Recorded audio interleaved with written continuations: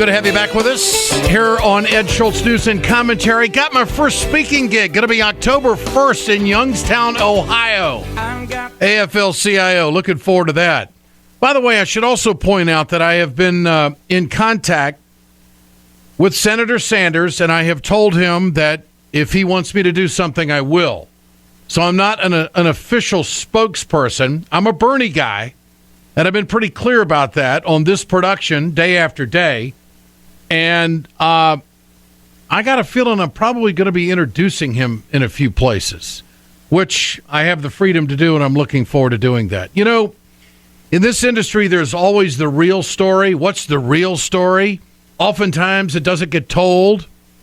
Oftentimes, it's speculated upon.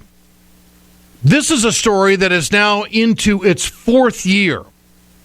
It all started back in March of 2012 when the Republicans in this country were trying to repeal Obamacare. And it was a run-up to the election trying to discredit the president and sell the country on the fact that Obamacare has no chance of being successful.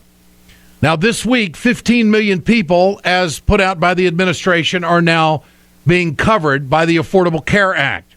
But in the midst of all of this, there was a tremendous amount of testimony on Capitol Hill. And what was Obamacare going to actually cover? And what was being challenged as these constant votes took place in the House to repeal Obamacare? So they decided to have a hearing on Capitol Hill in front of the House committee hearings. And they were going to talk about contraception. And so they had the Republicans orchestrated an all-male panel to talk about contraception. And, of course, the Democrats wanted to bring forth a law student, a 3-year law student from Georgetown University, and you remember Sandra Fluck.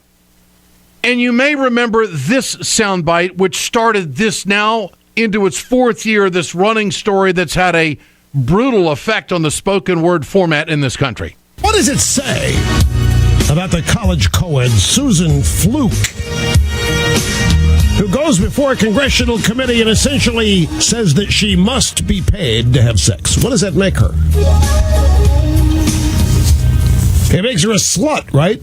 Little did we know that that word would carry and reverberate throughout the industry, and a lot of people would lose their jobs and a lot of format changes would take place. But Limbaugh refused to back down the very next day as this tirade against this Georgetown law student continued for 3 days nonstop on the radio. If we're going to have to pay for this, then we want something in return, Ms. Fluke, and that would be the videos of all this sex posted online so we can see what we are getting for our money.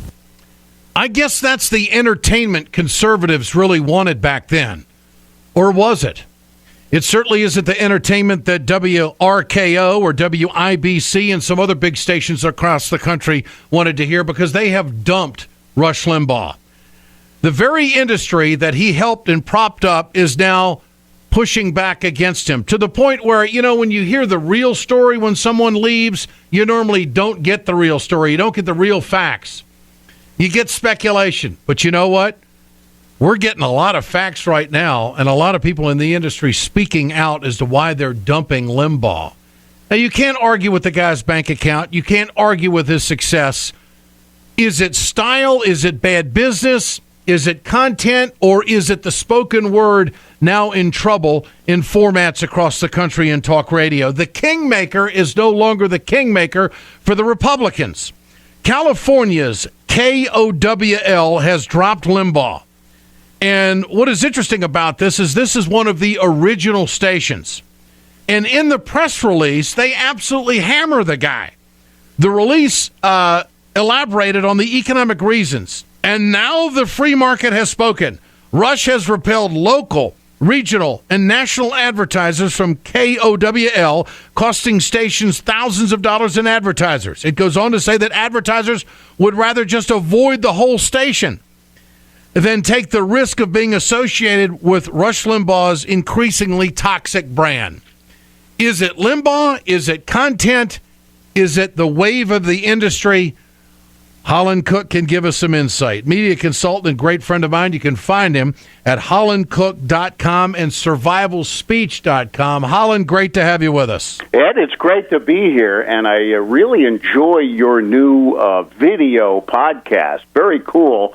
I assume you're getting out on the lake a little more often now that you don't have to be sitting on TV every afternoon. So I'm fleeing with envy. We don't have to tell all the secrets behind the camera, do we? Yeah, I think it's two of the three issues above. Is it Limbaugh and is it the topic? And in terms of the tone, it's very interesting to listen to that Sandra Fluke stuff now almost 4 years later, because as this weekend dust-up with Donald Trump and Megyn Kelly was unfolding, I tweeted out, will Megyn Kelly be to Donald Trump what Sandra Fluke was to Rush Limbaugh? And I think we already see that she won't. Trump's poll numbers are just on fire. People seem to hear this guy. Who knows what'll come of it? If he's got a solid 20%, that's just enough to sink the Republicans' hopes because you need 40. But when you listen back to that Limbaugh stuff, it sounds even more offensive now than it did at the time, and we've seen what it's done to his business. National advertisers have left literally by the thousands, and a relentless boycott effort will just show up in the email and on the phone if you're a local advertiser whose commercial shows up in his show on a local station. So like you, I was surprised to read such plain-spoken explanation from the station manager at QwbeAC. Yeah. Usually it's gracious. Full disclosure, you mentioned WRKO in Boston, which is my client, and we did recently drop Rush Limbaugh and put local programming on in those hours, and we wished him the best in the customary press release. But when you read what the station manager there in California said, it really does explain the problem. Advertisers don't want to be in the show. Station sales reps don't want to sell the show. And I got to tell you, the smartest career move Rush Limbaugh ever made was having his present deal expire in 2016 because it forces Premier Radio Networks, his syndicator, back to the negotiating table before a presidential election that they figure they can't do without him, and yet they can't afford him already. So that's going to be a tough negotiation. Well, there's a couple of interesting angles here. Number one, when I read this press release from the station manager, Steve Harness, who was quoted in this, it was almost as if he was trying to save the format. It was almost as if, look, this guy's bad, he's toxic, but we're okay, and we just got to keep moving. I mean, that was the inside baseball feeling that I got when I read that. Normally it's, we're going in a different direction, we're going to make programming changes, we want to try something else, it's been a great run, blah, blah, blah. None of that.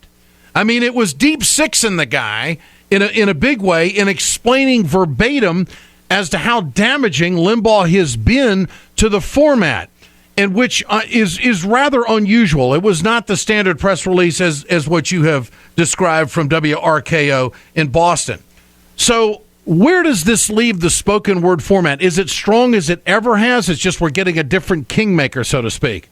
Well, this Rush Limbaugh template, meaning I talk, you listen, Democrats bad, Republicans good, I'm right, you're wrong. The use-by date on this is probably going to be first quarter 2017, and I think it is being artificially propped up by the impending 2016 elections. Face it, it's a one-joke act.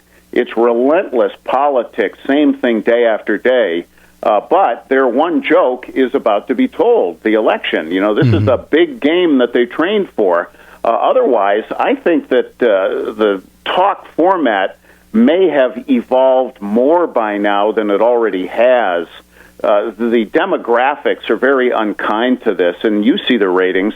Rush Limbaugh is now small in big markets. He's still big in small markets, many of them, But in the big markets, this guy used to make a radio station. You would put the Rush Limbaugh show on your station, and he would make your station number one, to the extent that some of these early adopter stations, way up on the right-hand side of the dial, like KWL, would have the show poached from them by the bigger station way down at the left end of the dial once Rush got hot. He actually moved to bigger stations because he was that big a deal in 1990. But, hey, how long can any act stay hot?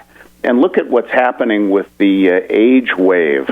There were 77 million of us, baby boomers, and calendar year 2015 is when the 92 million millennials have actually taken control of the USA retail economy. Beginning this year, millennials are outspending their parents.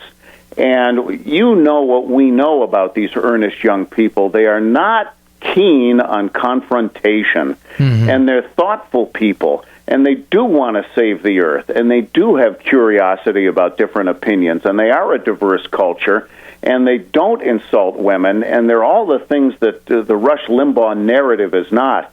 So there was this whole generation of Me Too local hosts and syndicated national acts that were aping Limbaugh's act, who, frankly, are all mature. And I think what you're going to see now and hear on radio is stations trying things. The local show we have in Boston that displaced Rush Limbaugh, we moved there from mornings. And in the morning, we're co-venturing a new morning show with the Boston Globe's radio site, boston.com, and we've hired a familiar TV anchor, and her co-host is a sports guy in the market, and we got a sharp young producer, and politically they're on the 50-yard line because people have just been bludgeoned with this political narrative for so long. And, the angry old men will always find Rush Limbaugh the same place they find Fox News, but it just got old. Holland, I think that the sweet spot of what we're seeing politically in this country, it's not about identity politics. It's not about personalities or anybody's past. Where are you on the issue? I think that the demographic that you're describing is hungry for answers on issues that affect them. We used to call them the kitchen table issues. And I don't know what we call them now, but the fact is, where do you stand on trade? Where do you stand on Keystone? Where do you stand on climate? Where do you stand on corporations parking their money offshore? Do you think that's fair, this fairness that has come into play? How far do you want to go with health care? Do you really think that you should have to pay to go to college in this country? And should everybody get ahead? And what about affirmative action? These are all issues, left, right, blue, green, center. And I think that this has given us a totally different flavor of what's unfolding in front of our eyes politically in this country, which has made the us versus them talk radio scenario obsolete. Yeah, young people don't want to argue about things. And I've done focus groups with millennials recently for a couple of the state broadcasters associations. And these people want to fix things. Yeah. They are thoughtful young people, misunderstood as slackers. That term may have applied more to Generation X. But these folks are engaging each other in dialogue and concerned about the ecology and all of that. And something else we've seen accelerated by this whole Sandra Fluke faux pas is the explosion of talk radio in sports. Yeah. Sports talk radio has never been hotter. You got somebody paying $2 billion for a last-place NBA team.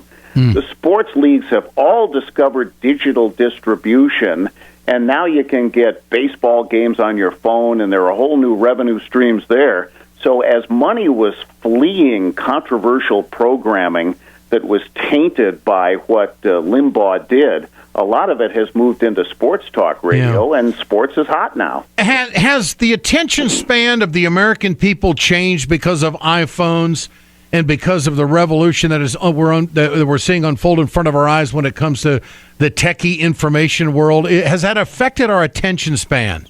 The bar has never been set higher for relevance, but with all of this new platform stuff, something interesting has happened. Total media consumption has grown.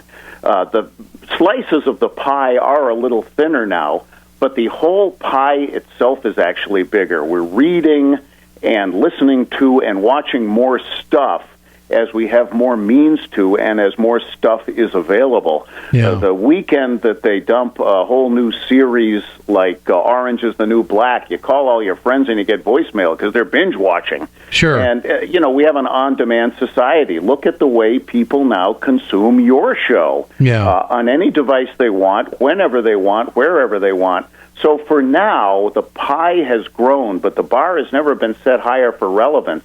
And when you turn on a show on the radio, and it sounds like the same show you heard yesterday, and somebody's getting scolded, you don't really feel as though you're going to miss something if you miss a day. Yeah. Holland Cooke, media consultant and great friend of ours. Final comment. Why is Donald Trump not being hurt by the dust-up he's had with Fox News? And what do you make of his presence in this Republican field? Well, people sure hear this guy. And in the same way they hear Bernie Sanders, these guys don't talk, quote, like politicians talk. They're not owned by anybody.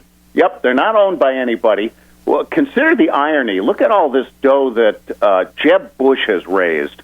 What was it, $114 million on He's the wallpaper. Yeah. And what if this was the election cycle when the guy with the most money didn't automatically win? This has always been the mother's milk. You got to have a ground team in place. You got to buy a lot of TV commercials.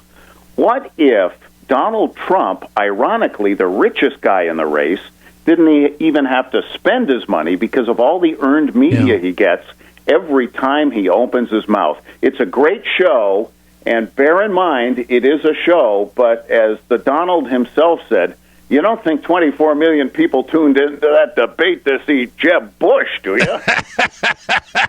Now, he has a media moxie about him that is unparalleled to the rest of the candidates.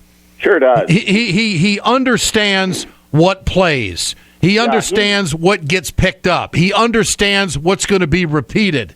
And he understands how to gather the attention of media people. It's an uncanny ability he has. And I don't know if anybody's going to be able to break through it, because at the end of the day, he's a conservative, and he's going to be just as conservative as anybody else. He's a Wall Streeter. Well, he's got Roger Ailes calling him to kiss and make up. And I watched that press conference he did last night in Michigan, and it's uncanny how he controls the dialogue. He'll call on a reporter. The reporter will ask a probing question. He'll give him a snappy answer and then turn to someone else. Nobody pins him down on anything, and the guy speaks in bumper sticker length sound bites. And here is the sound bite you're talking about. At the event in Michigan on Tuesday, Donald Trump says this about Bush, Hillary Clinton, Rand Paul, and, of course, the guy who's not showing anything in the polls, and that's Lindsey Graham. Jeb Bush or Hillary or one of these politicians, all talk, no action. We need energy. We need tone, tone. Now it's Rand Paul. Do you believe it? He's the new one. I said, Rand, I've had you up to here. I've had you up to here. Lindsey Graham is at zero. Legitimately, I saw it on television. Zero. These stiffs, these politicians, they're stiffs. There is that straight talk that is appealing. Yeah, utterly unfiltered, unedited. You know the word he uses against Jeb Bush that really seems to resonate? He keeps calling him weak. He's weak. Yeah. And and if you want to join the Donald Trump drinking game, knock back a shot every time he says disaster. You'll be hammered in no time, but everything's a disaster. And people hear that. I think this is going to be like the Watergate class of 74, where incumbents got turned out in droves because we were angry about Richard Nixon, and it was the biggest Democratic wave anybody could remember. This could be another anti-incumbent wave where incumbents of either party may be endangered because of the plain talk we're hearing from Bernie Sanders and Donald Trump. It cuts through the clutter. And what's interesting, as we close this segment, it appears that Donald Trump doesn't need the former kingmaker, Rush Limbaugh. How about that? And before we go, A word about President Jimmy Carter. We're really sad to hear today about his cancer having spread. Here's a guy who never lied to us, never fired a shot, and helped poor people build housing. God bless Jimmy Carter. Yeah. Holland, great to have you with us, and thank you for that comment.